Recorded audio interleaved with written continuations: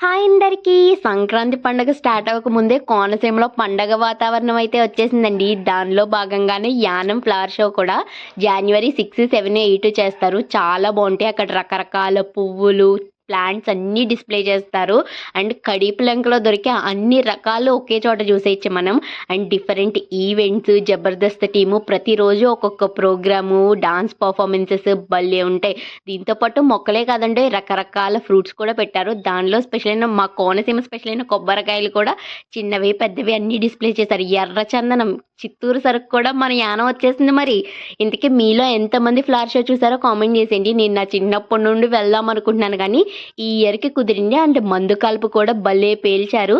మీరు కూడా చూసి ఎంజాయ్ చేయండి.